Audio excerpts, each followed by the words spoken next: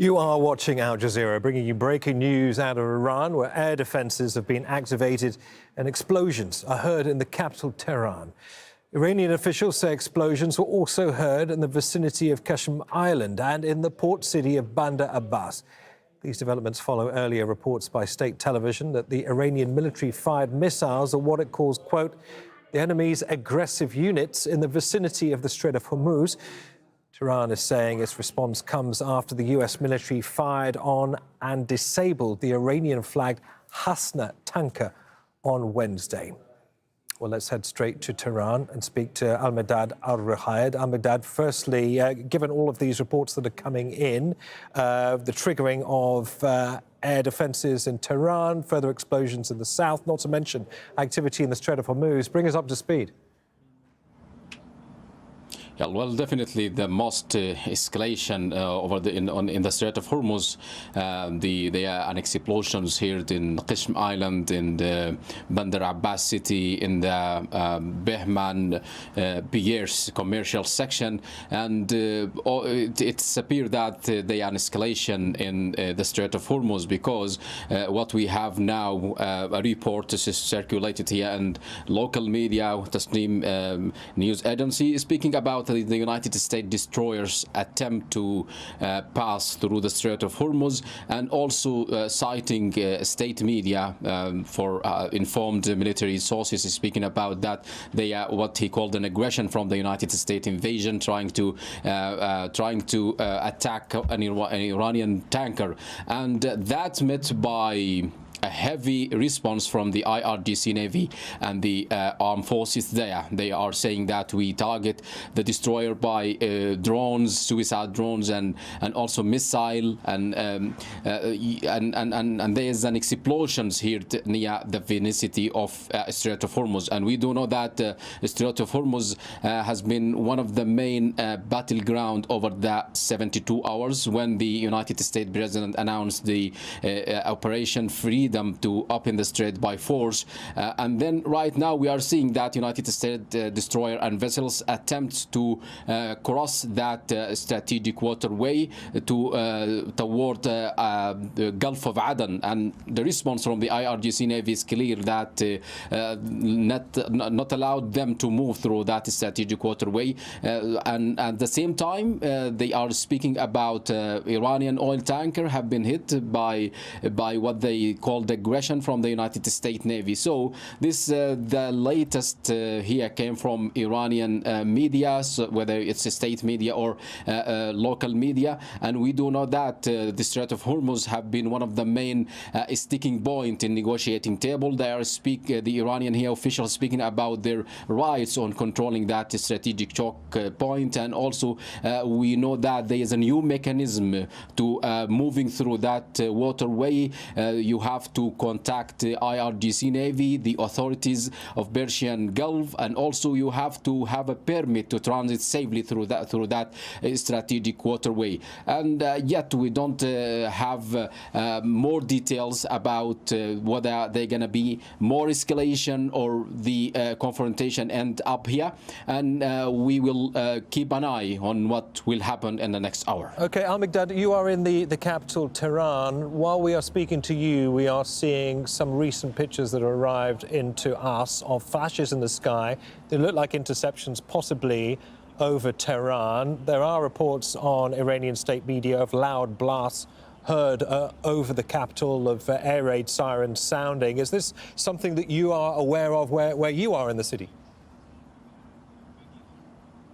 Yes, definitely. This information came an hour after that escalation on the Strait of Hormuz, and it seems like it's a coordinated attack between the two parties. We citing the local media here about the explosion here, the west of Tehran, and also the air defense system have been activated in the many cities, especially in Tehran. And this came after that escalator escalatory measures in the west of the country, especially when it comes to the most important battleground right now, Strait of Hormuz, the vicinity of the Strait of Hormuz, and also the vicinity of Bandar Abbas city. We also do know that those cities, whether Qeshm Island or Bandar Abbas city or Bahman Pier port, one of the most strategic point when it comes to the vicinity of Strait of Hormuz. So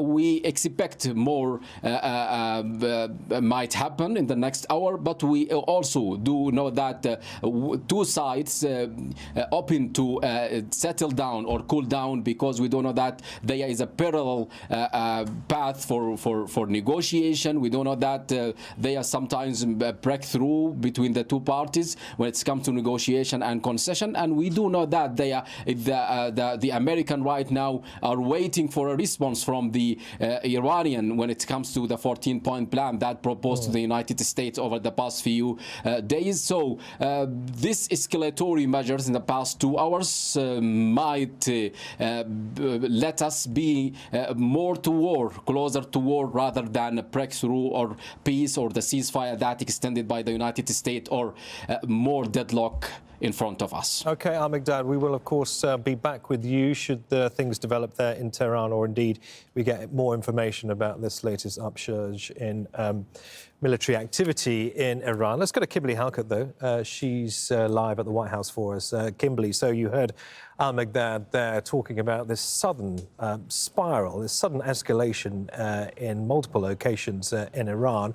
All of this coming amidst a pretty optimistic backdrop from the United States, from the Trump administration, over what they believed could be a potential breakthrough regarding their memorandum of understanding. What now? Well, that's right. And I should point out that we here at Al Jazeera have reached out to U.S. Central Command to try and get the U.S. take on what exactly occurred in the Strait of Hormuz in the last couple of hours. Our response was that they had nothing to offer us. In other words, they didn't confirm it, nor did they deny it. And we should point out that when it comes to Iran's state broadcaster, there have been reports of damage to U.S. vessels before. The United States has always denied or minimized that. And so it's really unclear right now exactly just what has occurred. But as you reported at the start of the bulletin, this escalation has come on the heels of the United States firing on an Iranian tanker just one day earlier. And so there is certainly an incident that potentially has prompted the Iranians to now retaliate against the United States. But again, the United States Central Command not confirming, nor is it denying. But we should point out in all of this that even as there is this escalation, the U.S. president has been making escalatory threats from the Oval Office, as he, as you point out, has been projecting that there is also diplomacy on the horizon. The U.S. president has put forward through the Pakistani mediators that 14-point framework that is intended to kickstart negotiations between the United States and Iran, negotiations that abruptly were halted several weeks ago in Islamabad. And so what we know of this 14-point framework is that if it is not agreed to, one that we know Tehran is reviewing right now, the U.S. president has been very clear. He's used very escalatory language, saying that if the agreement is not accepted, the bombing will start again and potentially at a higher level. So it really is, as we have seen since the start of this conflict, Neve, a two-track approach by the United States. On the one hand, the U.S. president using inflammatory and threatening language, and also issuing hard deadlines for Iran to yield to American demands in order to try and strike an agreement, not just to now limit Iran's nuclear program, but also to open the Strait of Hormuz, which we should point out the United States continues to enforce with a blockade aggressively. All right, Kimberly, we will, of course, dip in with you as these developments unfold. For now, Kimberly, we'll leave you there at the White House.